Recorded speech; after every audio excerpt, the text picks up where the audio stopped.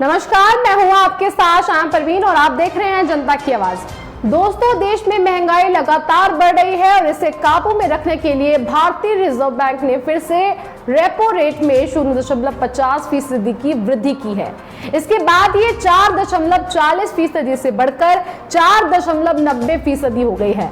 दोस्तों, रेपो दर के इजाफे का सीधा असर आपकी लोन की ईएमआई पर पड़ता है और आपका खर्च बढ़ जाता है। होम लोन से लेकर ऑटो और पर्सनल लोन तक सभी पर इसका असर आपको देखने को मिलेगा। दोस्तों, सबसे पहले बात कर लेते हैं रेपो दर की और जानते हैं कि किस तरह ये लोन और ईएमआई से कनेक्टेड है।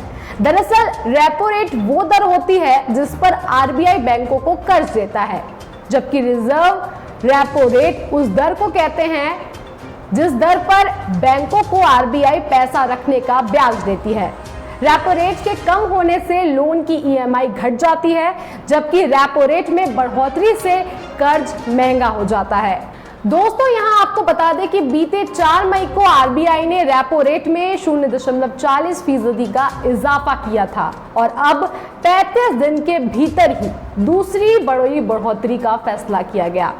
4 मई के बाद से रेपो रेट 0.90% तक बढ़ चुका है।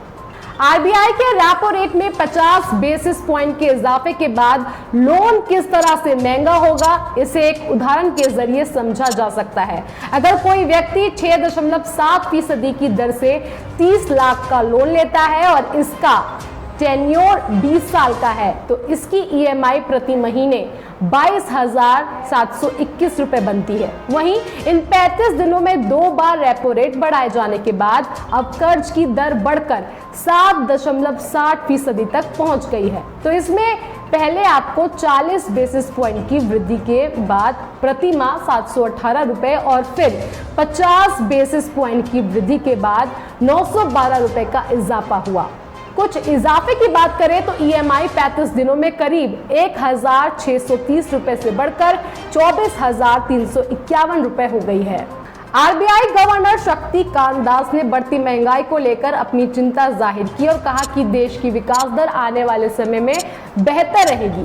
वित्त वर्ष 2022-23 में देश की विकास दर 7.2% रहेगी। जीडीपी दर पहले क्वार्टर में 16.2% और दूसरे में 6.2% और तीसरे में 4.1% और चौथे में 4% रहेगी।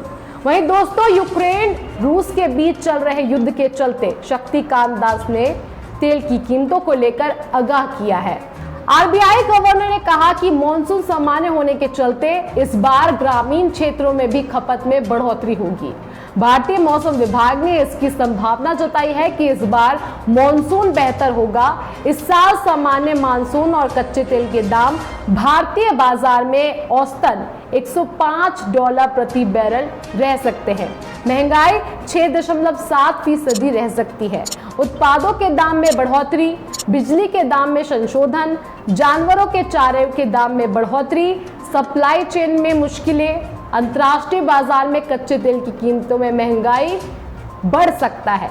यूरोप में जो युद्ध चल रहा है वो लंबा खिंच रहा है, जिसके चलते नई तरह की चुनौतियां सामने आ रही है, जिसकी वजह से ये परेशानी सामने आ रही है। दोस्तों, रिजर्व बैंक ने आज रेपो रेट में 50 बेसिस अंकों की बढ़ोतरी का ऐलान कर दिया है, जिसके बाद लोगों के लोन की ईएमआई बढ़ सकती है।